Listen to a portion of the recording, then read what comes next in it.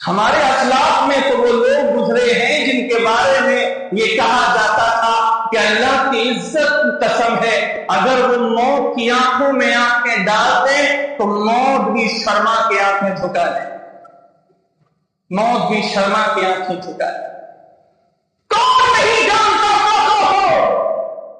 کون نہیں جانتا ہو بکر کے بیٹے عبدالرحمن کو، کون نہیں جانتا ابو جہل کے بیٹے اکرمہ کو، کون نہیں جانتا عمر کے بیٹے عبداللہ کو، کون نہیں جانتا حضرت خالد بن ولید کو۔ وہ خالد اللہ کی عزت کی قسم ہے 40,000 کا لشکر، 40,000 کا لشکر، 40 بندے لے کر سب سے لے کر شام ہو گئی، 40 بندوں نے 40,000 کو ناکو چنے کمانے پر مجبور کر دیا۔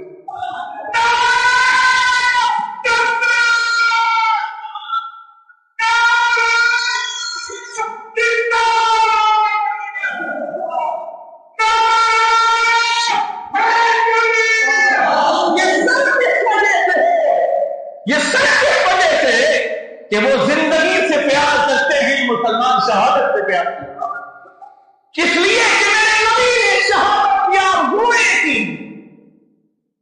فرمایا اللہ کی عزت کی قسم ہے میں چاہتا ہوں اللہ کی راہ میں شہید کر دیا جاؤ، پھر زندہ کیا جاؤ، پھر شہید کر دیا جاؤ، پھر زندہ کیا جاؤ، پھر شہید کر دیا جاؤ۔